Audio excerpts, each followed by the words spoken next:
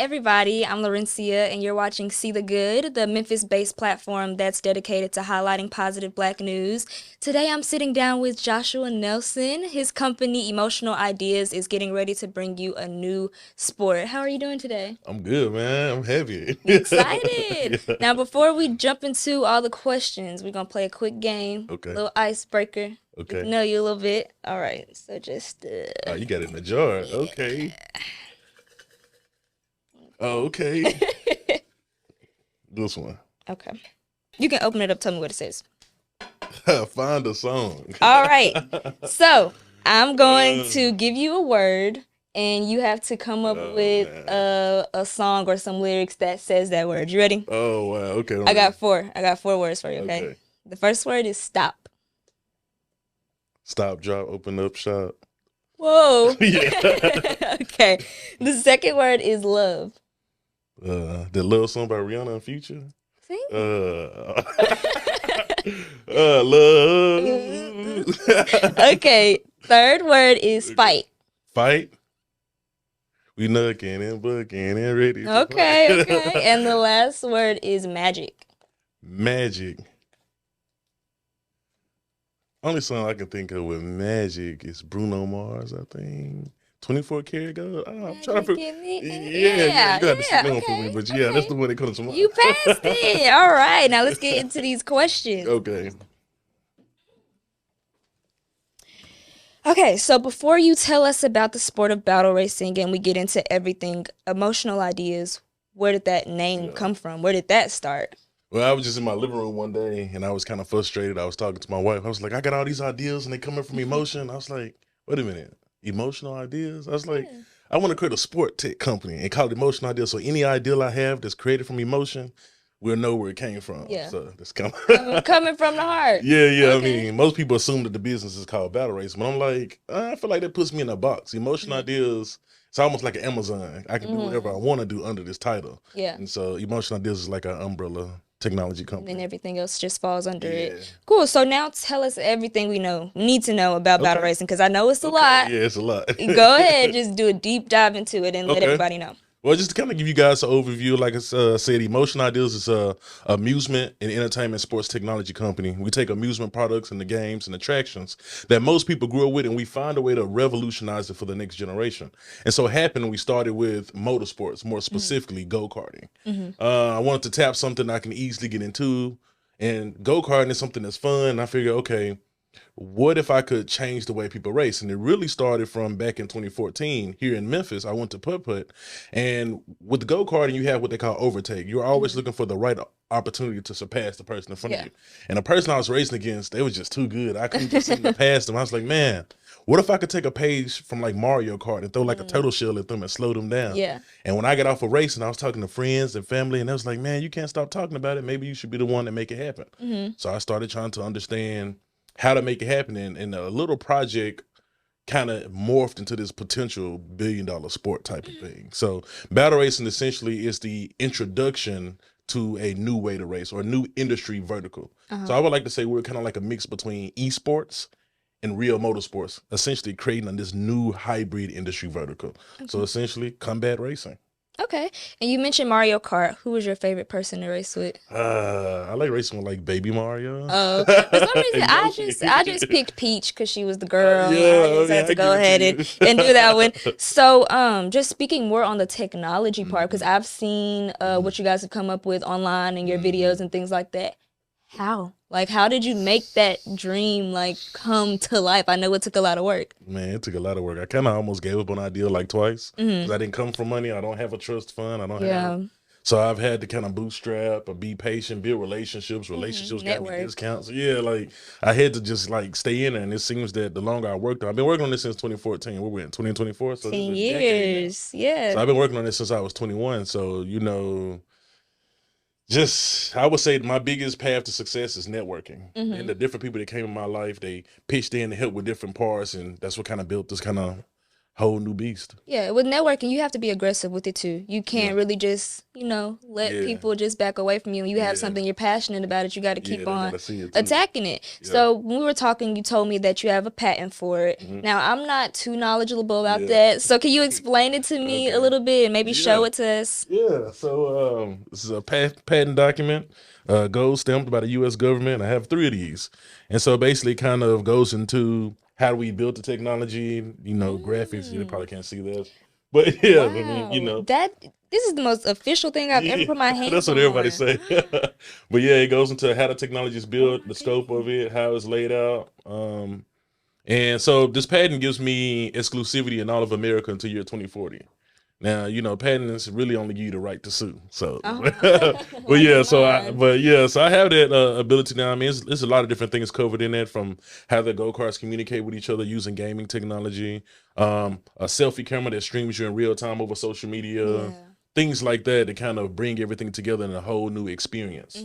From my mobile app to how the go-karts communicate to the streaming. So it's very comprehensive. But yeah, I mean, I'm thankful for it. Yeah. I will say it normally takes people about 3 to 5 years to be granted a patent. Wow. They granted me that in about 2 months. Wow, because it's so original. Yeah. So what happens when 2040 gets here? Do you just reapply for it again, or? Well, really, that patent is really like my reward for contributing to the advancement of knowledge. That's what they say. So that's the benefit of them giving me exclusivity, is to say that you have contributed to the advancement of knowledge. So once 2040 hits, then they claim that I should have reaped any benefits I would have reaped or could have reaped during that time period. And at that point, anyone can do it. Okay. So did you have to go somewhere? Like, how do you even get a patent? Did you travel somewhere? Did you fill out something online? Like, what was the process? I work with a patent lawyer. But because how unique it is, I'm one of the people that always try to do it myself. So I try to write it out myself. I'm not a patent lawyer, but I was like, y'all got to get this right. And someone else helped me write it a little deeper. Shout out to Joseph. And then we filed it with Bill Hussey, which is our patent lawyer group. And and we went from there, and we just kept adding ideas to it. And they kept approving it. So because you talked about not coming from money and things like that, where is the funding coming from? Are you applying for grants? Are you getting sponsorships? Yeah. How are you getting the money to create this? Well, maxed out my credit cards, refinanced my home, raised angel funding of close to around $300,000. Wow. So I used all of that to kind of push the business for us. So we have not received any institutional funding yet. Okay. So we're in the process now talking to, equity firms, venture capitalists, more angels, just trying to see who believes in it first. Yeah. And is it too late for somebody to invest in this? Because I saw you post something. I saw what you posted on social media. Somebody was like, man, I wish I would have gave you that $100 when you told me this 10 years ago. Is it too late? Yay and nay. Is the whole landscape of investing is a little funny. I would almost say that it's almost, from what I see, it almost seems as if the system is set up to keep the poor and the rich rich, because there's like stipulations that stops the general public from truly investing. Like there's red tape in different areas. But do you have things like crowdfunding and such? And I may do another crowdfunding campaign. I tried to do one, and it's kind of hard to get people to support when they don't really see the vision. It's like they only want to support after you're already successful. Most definitely. So I feel bad for the guy, but you should have did it earlier. I saw something online that was like, people don't support you until it's popular to support you, and so that's why gotta believe in it when it first comes. Now you just talked about some people that you work with. You do have a team. So how did you find these people? How did you put your trust in these people, and what is your work relationship like with them? Well, I want to give a shout out to everybody who's ever worked on me on this project. But I've been through different groups. I had one group when I was first working on this when I was in college, and working with a whole bunch of young people get tired. People don't understand the grind, and so I kind of had to respectfully, a lot of those individuals left the team, and then I got a partner that's been with me since 2015. He's my co-founder, Bill. And we kind of revamped the team around, brought more experience on, and we just kind of found people through passion and networks and introduction. So some people I met through a friend, some people I've connected with over LinkedIn, and we just started talking, and we kind of kindled a relationship, and I seen a benefit or a value add with them being on the team, and we just kind of grow like that. I got people calling me for jobs now, but it's not for everybody. I'm looking, a startup really takes the right type of people, because a lot of people can't handle a startup. It's normally more work than a typical job. It's normally not as much certainty because you're a startup. You work in your day job, and then when you finish working that, then you want to work on it. You know, so everybody's not as committed. You know, then people started looking at ownership percentages and motivations change. Yeah. So for the most part, I kind of just I really leaned on myself. I don't really call on a lot of people as much. I have my team members, but we meet when we need to meet. We get certain tasks done, and then we go from there. But I'm looking forward to bringing it investment check on in the house so I can let everybody quit their jobs when we work full time. Yeah, it's definitely, they're gonna reap the benefits for sure for staying down for that long. Got to. Now in all, so you do want this to be a type of facility, right? Yes. Like you want people to be able to do this year round. Yes. My goal is to create an entertainment venue that's like a Topgolf, but for battle racing, a place where we can have a recreational league for the general public. So my goal is to take one facility and copy it, paste it in all the major cities across the U.S. and globe. So my goal is essentially to create a recreational league for the general public where you can say, I'm the best battle racer in Memphis, best battle racer in Tennessee, best battle racer in America. Then we fly you out to Japan. Now you're the best battle racer in the world. So my goal is essentially to create a league sport out of this. But allowing the general public to get some spotlight. Yeah. So I was just wondering, because with sports, you know, there's mainly like an audience. How would that work? Would people be able to come and watch and have like a favorite racer or something like that? Yeah. So I think right there is where our patent for the selfie camera is going to come into play. So again, on every vehicle, there's a selfie camera that streams you in real time locally inside of the facility on the different TVs, which shows like your lap count, player position, your power item, how much health your vehicle has. It's enough data where the spectators have something to watch. And I told my team time and time again, being able to entertain somebody in the go-kart, I feel like that's the easy part. But can we entertain people that are just watching? And if we can entertain those that are spectating, we'll have people to keep coming back, people just showing up just to watch. So the goal is essentially to have like a go-kart track and then have like bleachers around it. And I do have a video out on YouTube that shows the concept for the facility. So yeah, I think that's gonna be pretty exciting to kind of see that. Plug that like a mini arena. Yeah. And then of course I know you probably want all the advancements like ESPN, or you want to get like people to even be able to watch it maybe from home, if that's an option. Yeah, so that's the thing about the selfie camera. We can stream it over YouTube, Facebook, Instagram. So essentially the goal would be, let's say I was in the vehicle and I went live in the vehicle, then all of my social media friends should get a notification that says Joshua is battle racing live. Would you like to watch?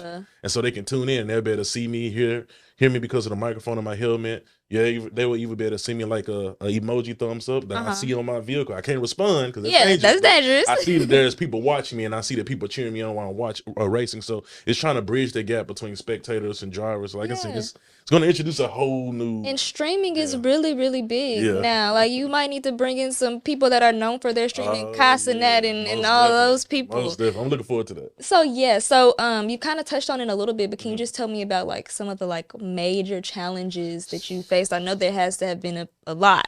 Yeah. I mean, funding being the top of that list. You know, it takes money to make money. Yeah. And in this world today, people, like I said, as we established, people don't really want to get behind you until you're already popular. But that's the kind of, I feel like the same thing for like investors, or they don't want to get behind you either until they feel like you're already popular. And it's like, well, how am I supposed to, you know? So having a good idea, building an idea, getting the patents is like, well, can you make money from it now? So it's always this next, like, what's next? Sometimes it feels like they're moving the goalpost sometimes. But, you know, so like I said, funding, I would say finding good help. I do believe I have good help, but sometimes when you first meet a person, you may not fully understand who they are until you start working with them. So I, you know, as a CEO, I'm starting to kind of learn that process of people. You know, being in this position, I got the business, but I have to be a people person. I have to understand people. I have to be a manager of people. And sometimes I don't feel like dealing with people. I just want to work. Just get down to it. And on top of all of this, you're a young Black man in tech. So what advice do you have to people who feel like they don't have access to this industry? Because I know, just me being a young Black woman, I feel like a lot of people feel like there's only certain things that they can do. They limit themselves. I know everybody want to be a rapper, everybody want to be an athlete. And if that's what you're passionate about, then okay, but there's so much more that you can dive into. So what do you have to say to those people who feel like it's not attainable? I mean, when they say you have a vision, you have to believe in it first. So if you feel like it's unattainable, then you don't believe in it either. Yeah. So for me, when I first started this idea, everybody told me it was silly and why are you wasting your time and it'll never work or you could never build it. I had people calling me like, I looked at all your documents, it's not possible. Yeah. Like, you're telling me it's not possible. You're telling me it's not patentable, but I got both It's patents here. and the It's product. right here. So sometimes, a lot of times, you have to believe in it more than waiting on someone else to believe. And again, as we learn, most people won't come on board until they see that you truly believe. So go for it. And then I wanted to know, like, what experience have you had just as a Black entrepreneur that you feel like has shaped your business to be what it is right now? Resilience, diligence. You know, there's a lot of rooms I go in. I'm the only one that looks like me. Yeah. I'm like, what you doing here? You in here with J's on? You're not here. So you know, I go in places and they don't expect me to be there. And then you look at the excitement that I get about the project. You know, it's undeniable when people get excited about it. So I mean, as a Black founder, you just got to kind of have thick skin for a lot of things. You know, I've heard from whispers that because I'm from the South and I kind of got like a country accent a little bit, that they look at me like I'm unintelligent. Yeah. And so that plays a lot of part. That stopped a lot of opportunities because they didn't want to talk to me. I had situations where a member of my team may be Caucasian and they go to an event and the people at the event are excited about the project, want to hear more. But then when I reach out and they find out that I'm African American, they no longer want to talk to me. So things like that kind of hurt too, because it's like, dang, we still on that? Yeah, it's like we have to work 5 times harder to even get beside them, and they can be like light years ahead. And I say, sometimes I feel like I'm kind of swimming with my hands cuffed and my feet tied, but I'm still going. So I'm like, just imagine if my hands weren't tied and and imagine how much more. And that's not even just me. That's a lot of individuals of color. Imagine if we didn't have this weight on us while we're in the race, how much faster we'll be. Yeah. You know, so. And we also don't even, it's not just us against other people of different races and ethnicities. It's against us as well. Like sometimes we could be our own worst enemy. Another story. So it's we got to keep trying. And I get it, in our community, we want leaders. We desire leaders. We need role models. I get all of that. But the issue that I typically see is that when we tend to get one, we tend to tear them down. I don't understand that. Yeah. And I told my wife, that's one of the things that I'm kind of nervous about. It's like, I know my people need a role model. I know my people need to see hope.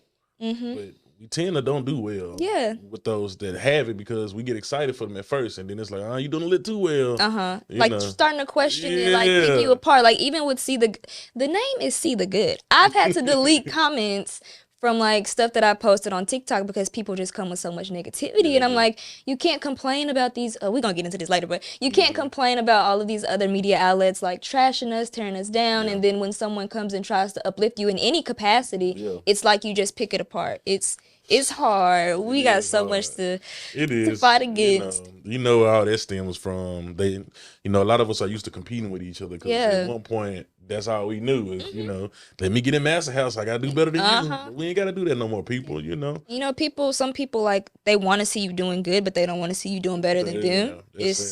It's a lot to happen. It is sad, Yeah. But also just speaking on you saying, you being from the South, of course, do you feel like Memphis has had any influences on emotional ideas or battle racing itself? Yeah, most definitely. The crave and desire for something that will stand out and entertain us. This city is in need of that, I hate to say what typically happens when we normally get something new. But, Yep. That kind of sparked my... it's a lot of creativity and talent that comes out of this city. It just kind of sucks to see the dark cloud. There's a lot of times over this city, but there's a lot of talent, hidden talent. They talk about how pressure makes diamond. There's a lot of pressure in this city. There's a lot of diamonds coming out of this city. Now, whether or not people are doing anything once they become a diamond, I don't know. But there's a lot of pressure in the city. A lot of good people coming from it as well, and it's just hard to like make that outshine the terrible things that happen so often. But I also wanted to talk to you about faith. I did dig through your Instagram. I do that with most of the people that I sit down and talk to. I was like, please don't let me heart anything from 10 years ago. But how important has faith been to you along this journey? And were there moments where you felt like God wasn't hearing you or vice versa? Well, I didn't kind of mature past the God don't hear me part. I'm just trying to hear him. There's a scripture, I believe it's Matthew 6:33, that says, seek ye first the kingdom of God, and then all these things shall be added unto you. So when things weren't going my way, I recognized because I didn't prioritize how I'm going about things. So I've noticed when I started putting God first, when I say putting God first, I'm talking about his principles, doing the things he said, then I started to see things happen around me. And so when I did that too, in understanding God, I started to understand how he operates and how he works. And I think a lot of people get frustrated because they don't understand how God operates and works. Most people want God to be like a vending machine. I'm gonna come to you when I want something and I need it now. And God don't really work like that. You know, God is what you would consider a good father or a good parent. He would give you what you ask for when he's prepared for you to receive it. What good parent would give you something you ain't ready to receive it? You just gonna misuse it. Mess it up. So I've started to get into a mindset where I ask God to prepare me for those things, or put me in a position, or close a door I'm not supposed to walk through, because now I've started to understand what he wants from me and how things go. Because what would profit a man to gain the world and lose his soul? And that's big to me, man. Like, you know, I don't want everything if I can't have the things that mean the most to me. You know, family, children, friends, a lot of those things, you know, people end up chasing the world and they forget things of value and principle. And so with the potential that my business has, I needed to go and nip that in the bud off the jump. Like, I ain't trying to wait till I get rich to start to figure out how things work. No, I want to learn those things now. So when I do finally get the wealth, I know how to adequately use it. And just judging by your social media, it kind of seems like for a very long time, like you've known that you had purpose, or you knew that you had a bigger purpose than just, you know, I feel like a lot of people are in this thing where it's like, wake up, go to work, come home, that's it. The hamster wheel. Like it's never ending. So how did you know that, like, you just had a purpose? Where did that come from? My grandfather passed away, and he used to spit a lot of game to me about a lot of things. You know, God has been very merciful to me. You know, I've did things that could have got me killed, locked up, a lot of things, but you know, he put the right people around me, gave me enough sense to pay attention before things just got too worse. You know, there's been things that's happened to my friends that God spared me from. I'm like, oh, that could have been me. Like, and so when things like that constantly kept happening, I felt that God was sparing me or reserving me for something. You know, I could have hit a criminal record. You know how many opportunities are off the table just because you got that on your record? So it's things that I've done that could have completely stained my record, but God shielded me from that because I didn't know I was going to be working on this. I didn't know I was going to be in this position. And matter of fact, I think my last year of high school, I made a comment. I said, you know what? I haven't really seen anyone that looked like me be successful and do it the right way, without shady deals, without snaking, and never known that I was going to be in a position to potentially be that. So, you know, because I had this desire for our people to see somebody that's trying, didn't know I was going to have an opportunity to be that person. And maybe that's why God put me in this position, because I have this desire to uplift my people. It definitely wasn't your time yet. And just speaking on you talking about your grandfather, I see posts on social media that are like, we are still being protected by like our grandmothers and our grandfathers' prayers and things like that. And I just lost my grandmother like a little over a year ago, and she was such a praying woman. And I was like, you know, like if I take anything from her, I just want to be able to incorporate like how much she prayed and how well she prayed, and just try to, you know, pray over everything in your life, because even the slightest things, like I don't care if it's even me going to the store and back, like that's an underrated blessing. Like, as soon as I get in the car, like soon as you wake up, like drop to your knees and pray. And I also want to say that I'm very big on signs. So I was going your Instagram, and I was in 2021, and you had a fortune cookie. And the fortune cookie said something about you have a very big sports opportunity coming your way. How happy were you? Like, because for me personally, like I think I would have started shouting right there. Like I think nobody would have been able to contain the amount of joy that I had knowing that I'm seeing something, like, because especially if like you're feeling down or like you're feeling out, and then you see that and it reminds you. So how did you take it? Did you laugh at it like it was funny, or were you just like, dang? Well, one, you know, I don't believe in the Chinese cookies, because you know that's a but I know God uses different ways to encourage his people. So I kind of, and God knows, you know, I don't believe in that, but he knows my understanding enough to know that I have enough maturity to not look at like that was my fortune, but to use it as hope and an encouragement. That's why I use it as. I was like, how ironic that this Yeah, fortune got cookie all says these that fortune cookies up that here. motorsport opportunity is in your future. Like, it was, so I just laughed because I was like, what? I was showing to everybody. That's like, you don't believe that? You wrote that? You put it in that cookie? I was like, You told them you told them you was on the way. You had them type it up and Right. put it in your bag. No, I'm so big on signs. It can be something little. It can be something big. Like I'll think about something and I say it out loud, and then 2 minutes later it's like in front of me. Like Oh I don't yeah. play with that at all. And I feel like it's Yeah. so hard, especially being young, which I am happy to see. I feel like I'm seeing a lot of people my age kind of stepping more into Finally. faith. About time. But it's just really good when, well, it's really hard to know when you're hearing God's voice sometimes. So I take little bitty signs as like him talking to me and him letting me know that I'm on the right path. So Most definitely. Most definitely. You know, I tell people you don't know God until you spend time with him. That's with anyone. And I think a lot of people, I tell people if you're struggling to hear God or understand what he's saying to you, it's because you're either not spending enough time with him to recognize his voice, because in the words you see his principles, you see what he's about, you see his character. yeah, Or you just haven't dedicated in your heart that you believe yet. Yeah. You still wrestling with it's about that relationship. Yeah, and I tell people, you know, I almost went atheist. You know, I'm not scared to say it. And I remember my auntie told me to start reading Matthew. I remember I was on my lunch break, and I said, okay, you know, before I just completely turn, because I grew up in the church, played drums and the choir. I said, before I just completely like not believe, God, I'm gonna give you a chance. And I remember on one of my lunch breaks, I think I was reading what was that? I'm forgetting off the top of my head what it was. I remember why I'm saying this, but it was a scripture where it talks about whether or not he will not open up the windows of heaven and pour you out a blessing, there'll be no room to receive it. And basically he was talking about try me and see whether or not open up. And I was like, wait a minute, God, are you telling me to try you? Like when I read that, I felt like he was challenging me to give him a chance. And so I did. And I remember like that specific day, I kid you not, I had also read in Matthew where he says, don't worry about what food you're going to eat, what clothes you're going to wear. He says, if the birds don't gather or reap and they have food to eat and they have a place to sleep, aren't you worth more than a bird? And I take care of a bird. I took that verse so seriously. Yeah. I'm going to tell you what I mean by I took it seriously. I had like $1 and some change in my pocket. Yeah. And you know how like some of the gas stations have like hot food, like chicken tenders and stuff?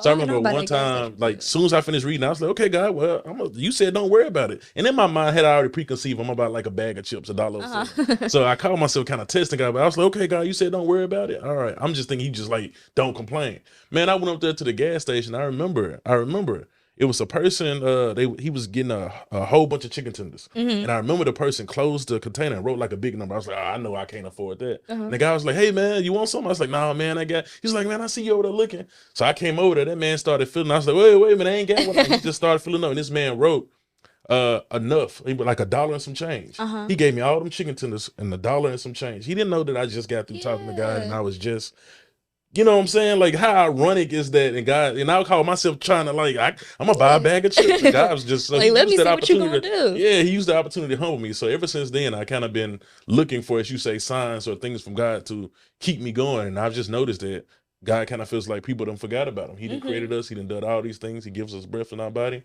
And we just kind of play God to the left. Like, or only call on him when you need him. Like you say. Yeah, so when I started to understand, I said, I think I'm starting to understand how you operate and how you work.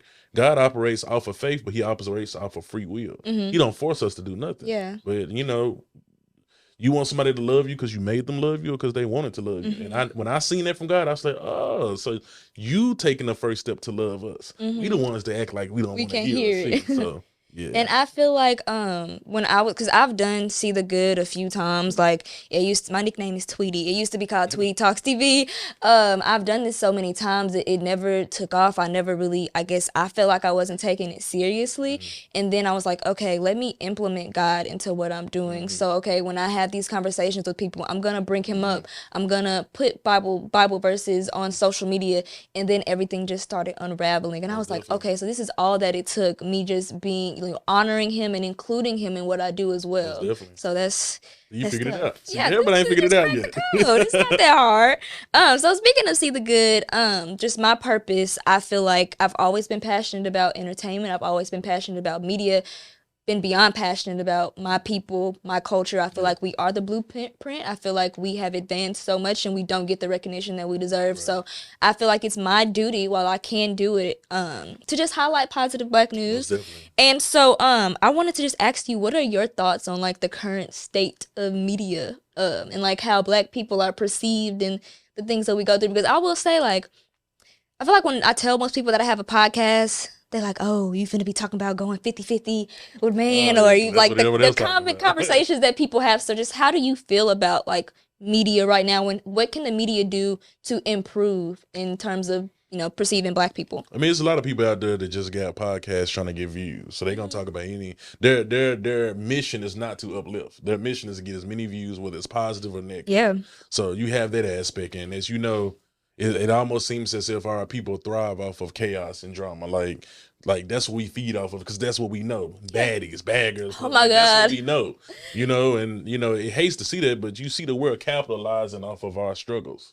You know, I just wish we'll stop struggling, but it seems almost like we're perpetuating it at this point. Like that's our story, so we just gonna keep running with it. That's what they know us as, so we just gonna keep. But when do we get out of that box? And we're the only people stopping ourselves from getting out of there, because we're the positive conversations, as you said. You know, we're the conversations that's trying to encourage some of the older principles that maybe the younger generation has let go of. You know, it's conversations that need to be had, and I don't feel like everyone's having them. But when we try to have them, somebody always gets in their feelings, and we can never truly have a conversation that's beneficial. Yeah. It's a lot that goes into it, and then with me having gone to school for journalism and like having the degree, a lot of people like just don't know what they be talking about. There's so much misinformation that gets spread, not just about Black people, but just in general, in news in general. And it's so much that goes into it. So I was like, okay, I don't have the biggest platform. I don't have the most followers, but I have a voice. So that's kind of just been what's driven me to find people, especially in the city of Memphis as well. I like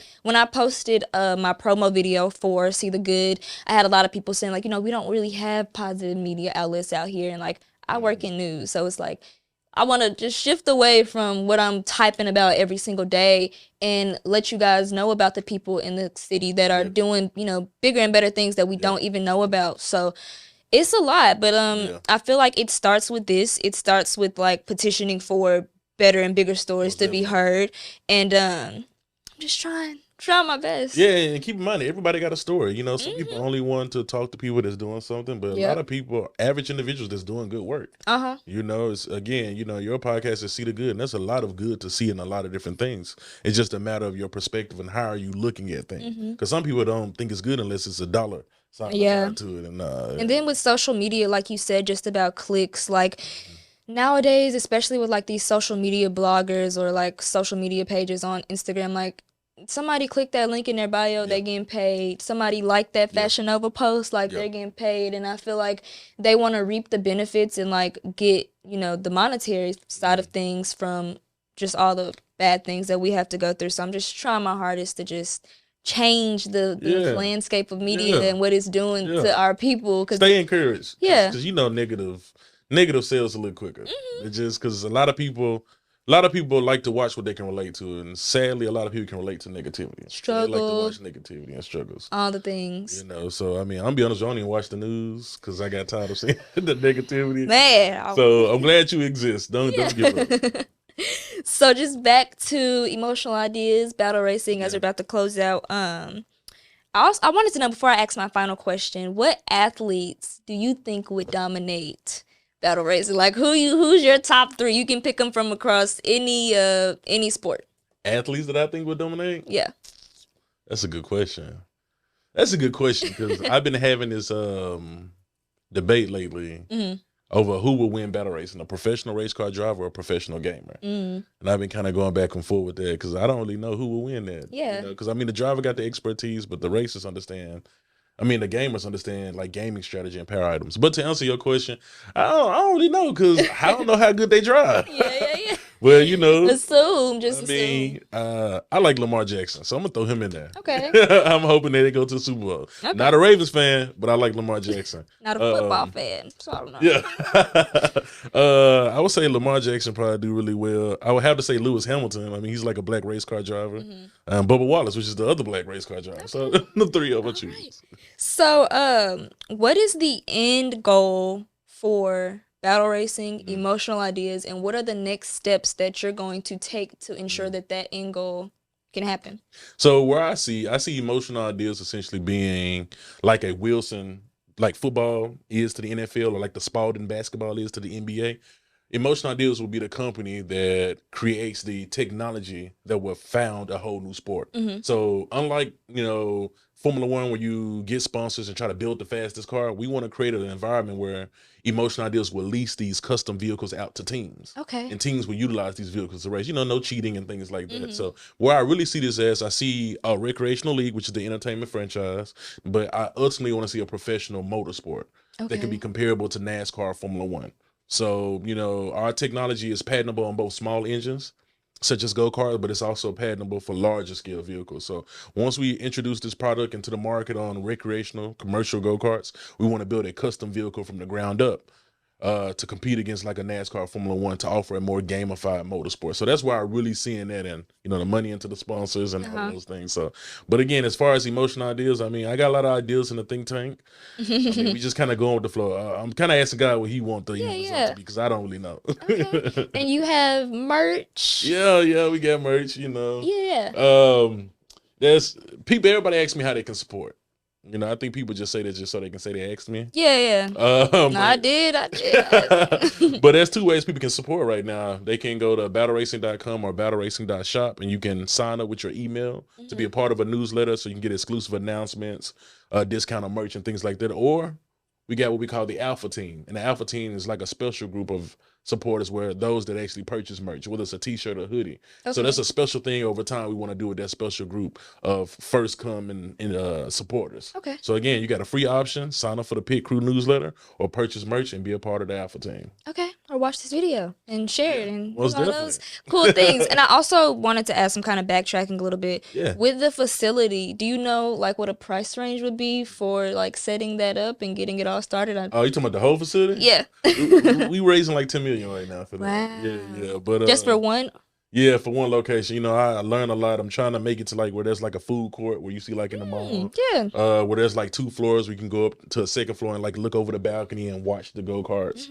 I'm trying to put like bleachers and a commentary booth and stadium lights that turn on and turn off at every race. I want to make it like it's an actual sport. An actual experience. Yeah, that's my biggest thing. It's really an experience, because I used to tell my wife, I said, people pay all this money to go to Disney World. Why can't we have Disney World in a local city? And that's kind of a vision I kind of have, to kind of make this place. When you come in, you feel like you're in a FedEx Forum. Okay. Like, you watch people compete. You see people get off the go-karts and look up at the scoreboard to see where they at, and then go get interviewed to talk about how they won. So making it a fun environment. But we got a lot of visions for this thing. Yeah, I see it. Your eyes just light up talking about it. I'm so excited. I'm so happy that you came, sat down and talked with us about it. And thank you. I thank you. Any closing remarks? Anything you want to let them know lastly before we go? You know what I didn't explain? What's that? I didn't explain how battle racing actually works. You want me to quickly explain? Yeah, go ahead. So what will essentially make battle racing different than the other existing motorsports is that you have what we call a battle gauge. A battle gauge is like your health and your notches. So each notch represents 10% of your speed. So as you're driving around, you receive 2 power items at a time, like the ability to shoot someone, a speed boost, shoot behind you, EMP blast, that slow down all the vehicles on the track at the same time. You have different power items that you can use at your discretion to help you kind of get in first place. But there's also landmines on the track. So really now this is a game of strategy and speed. So instead of you just trying to put pedal to metal and try to go as fast as you can the whole time, you're essentially trying to monitor your health to make sure your speed doesn't go down. So let's say that you and I was driving and I shot you and your vehicle is now going 50% slower. Okay. But now you're looking for what we call landmines. Landmines are these floor tags that's placed all over the tracks that change colors. Red, yellow, green, blue, purple. And so you're looking for purple landmines that will restore 10% of your health. So again, it's a game of you driving, but strategizing at the same time. So I know there's going to be a learning curve as people learn how the sport works, but I'm hoping people will enjoy themselves so much that when they get off, they'll say, oh, I got to do that again. I got to come back. Yeah. Spin the block and get first place. Yeah. So like I said, if you want to support, go to battleracing.com to learn more about the sport, sign up with your email, buy some merch if you want to. If anything, just keep following us. Battle Racing Live. We're on TikTok, YouTube, Instagram. We're just going to keep going. All right. There you have it. Joshua Nelson with Emotional Ideas. Thank you guys so much for watching, and be sure to tune in for the next episode. Thank you.